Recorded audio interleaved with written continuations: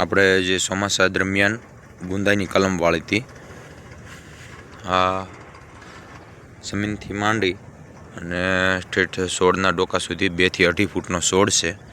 અને આ થળિયું છે તે આપણે ગુંદીનું છે, જે આપણે નોર્મલી ગુંદી થતી હોય છે ત્યાં જે કેસરી કલરના ઝુમખામાં એકસાથે ફળ આવતા હોય છે તે છે.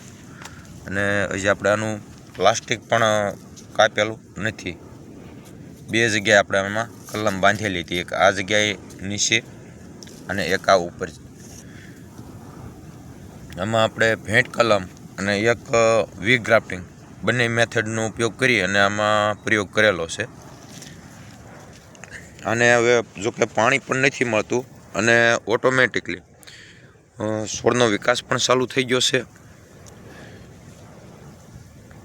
આપણે ગઈકાલે સાંજના સમયે આપણે લાઈવ થયા હતા, એમાં બતાવ્યું હતું કે ભાઈ ગુંદાનું ઝાડ છે, એમાં પણ આપણે રિઝલ્ટ મળેલું હતું.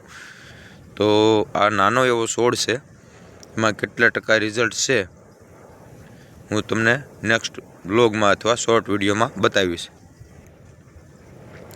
જેમ કે આ નવા કૂણા ડોકા ફૂટેલા છે, જે આ નવું ડોકું ફૂટે છે એમાં માત્ર ને માત્ર ફૂટ જ છે. ત્યારબાદ અહીંયા છે આ જગ્યાએ આ ડોકું, આમાં ફૂલના મોર દેખાવા લાગ્યા ધીમે ધીમે. 3જા નંબરનું ડોકું આ જગ્યાએ છે, એમાં પણ ફૂલ દેખાવા લાગ્યા છે.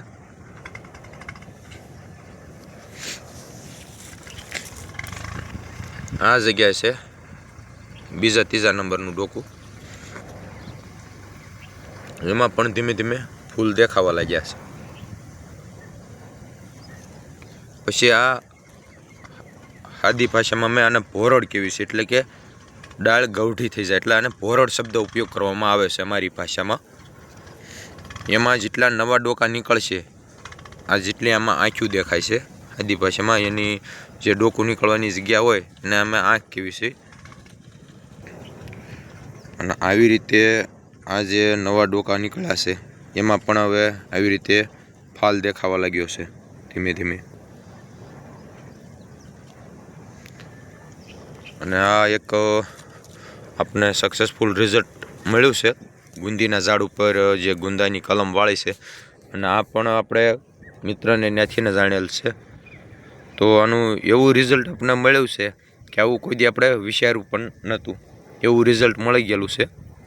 તો આવા કોઈ ઘરે કે શેઢાપાળે ગુંદીના ઝાડ હોય, જંગલી ગુંદી કહેવામાં આવે છે, આપણે એને કટગુંદી તરીકે પણ ઓળખવામાં આવે છે, તો એમાં કલમ બનાવી શકાય છે.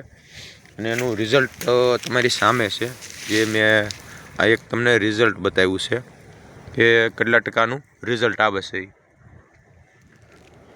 હવે આમાં ફળ બનાય, જેટલા ફળ બને અને જેટલું તોળાણ થાય એ પ્રમાણે હું તમને આગળ વિડીયોમાં બતાવીશ.